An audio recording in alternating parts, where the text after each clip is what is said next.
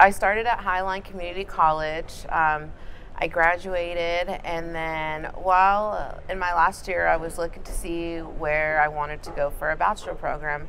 I knew that I wanted to be somewhere that it would have evening classes because I worked, and because as a counselor you have to have a certain amount of hours in order to become a certified counselor.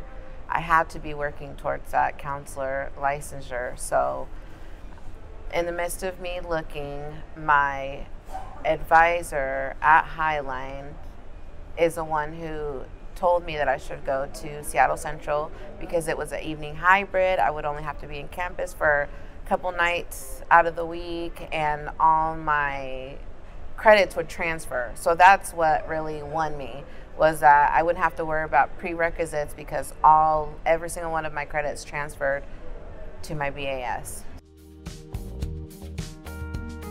To be honest, it has not been easy. I was out of school for, I don't know, 5-6 years when I finally decided to enroll myself back into college. It wasn't easy.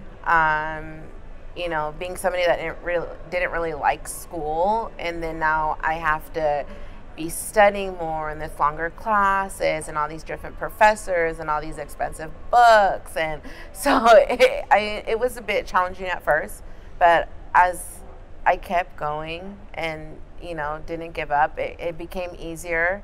I became very cool with my professors, and that's one thing I appreciate about college than regular school, is the fact that I can have a more personal relationship with a professor that can get that help that I need, and opposed to having to wait or see me after class or possibly after school or let's make an appointment. I had really good professors that anytime I had a question or was struggling in something, right then and there, stay after class, I will help. So that was huge for me.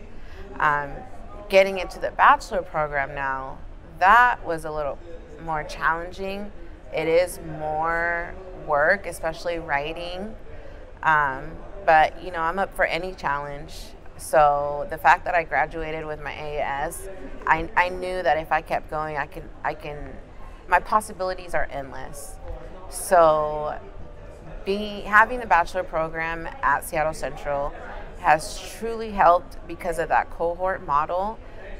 Having the people that I'm going to graduate with and us all being together and really leaning on each other through hard times, because there's a lot of those. We have some very, very challenging classes. But we always get together and study, and yeah, that's huge.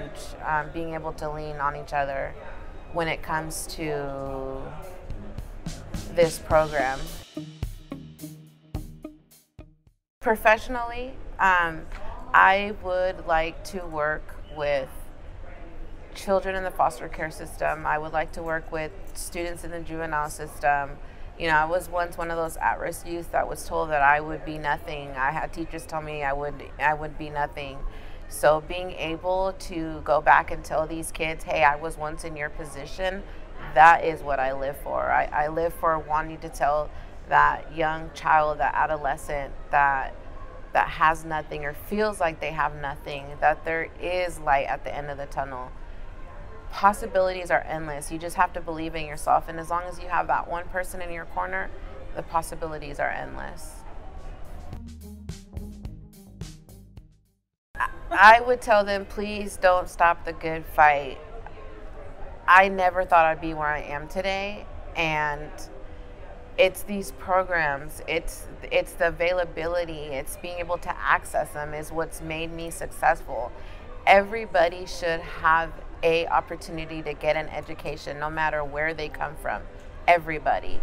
And so just please keep fighting. I know it's not easy. I know nobody wants to hand over money, but if children are our future, and it's important that they have an opportunity, as well as us adults, that once we're told that we wouldn't have an opportunity, to be able to go back to school and given a second chance, keep fighting for us. I mean, it's done so much for me. again, I never thought that I would be where I'm at.